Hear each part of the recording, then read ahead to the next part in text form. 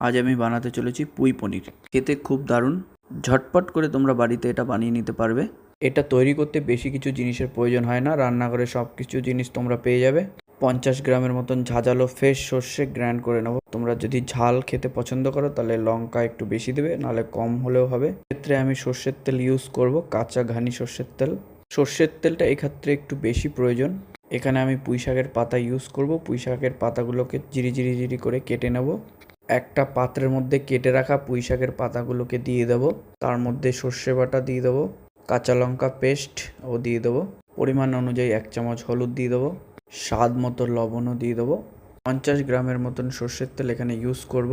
তোমাদের যদি শাকের কোয়ান্টিটি বেশি থাকে তো সেক্ষেত্রে একটু বেশি তেল দেবে। এটাকে ভালো করে হাত দিয়ে মাখিয়ে নেব। মাখিয়ে নেওয়ার পরে সুন্দর করে পনিরটাকে এর মধ্যে দিয়ে দেবো। এখানে পনিরটা আমি ছোট ছোট করে পিস করে কেটে নিয়েছি, তোমরা তোমাদের মতন কেটে নেবে। পনির দেওয়ার পরেও সেটাকে ভালো করে মিক্স করে নেবো। কড়াই নেবো, তোমরা এখানে ননস্টিকও ইউজ করতে পারো। তার মধ্যে পুঁই শাক ও পনিরটাকে দিয়ে দেবো, দিয়ে সুন্দর করে ঢেকে দেবো। ঢেকে দেওয়ার পর ওই ভাপেই তৈরি হয়ে যাবে সবজিটা। আগুনটা মিডিয়াম টু লো রাখবে।